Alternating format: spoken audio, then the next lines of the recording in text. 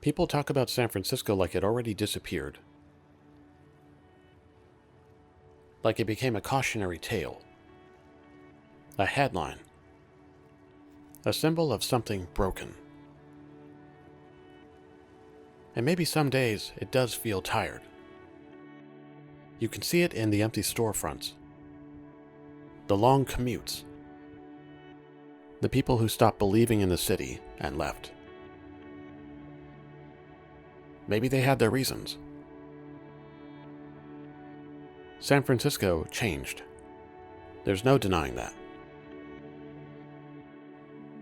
But cities aren't headlines. They're conversations. Late-night dinners that somehow turn into midnight walks. Tiny apartments filled with ideas. Fog rolling in over rooftops. Music drifting out of open windows. People from all over the world trying to build something better for themselves. Or just trying to figure out who they are. The city was never perfect. Maybe that was never the point. San Francisco has always been a little chaotic. A little strange. A little unrealistic. But that's also what made people fall in love with it. Not because it promised comfort. Because it made life feel bigger. More open. More possible. And even now, after everything, there are still moments here that remind you why people came in the first place. The ocean wind at sunset. The lights coming on across the hills.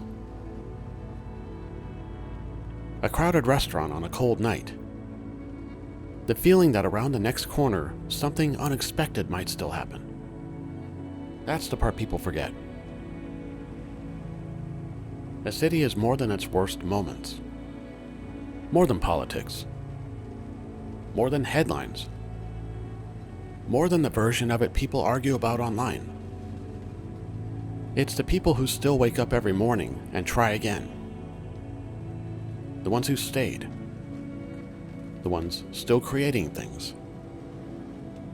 Still meeting friends after work. Still opening bookstores and cafes and tiny little bars. Still walking these streets looking for connection. Maybe San Francisco doesn't need people to pretend it's perfect. Maybe it just needs people willing to see it honestly again. Because beneath all the noise, there's still something here. Something creative. Something human. Something alive. And maybe that's why, after all these years, people still stay.